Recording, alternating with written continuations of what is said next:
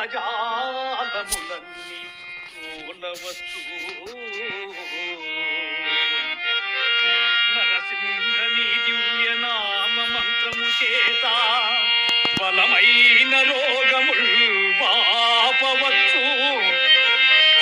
నరసింహ నీ దివ్య నామ మంత్రము చేత రిపుల సంగముల సంహరింపవచ్చు.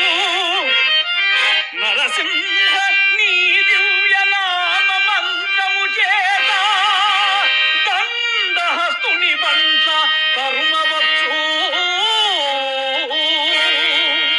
బలిరా బలిరా నీ దివ్య నామ మంత్ర పదవి చేత దివ్య వైకుంఠ పదవి సాధించవచ్చు.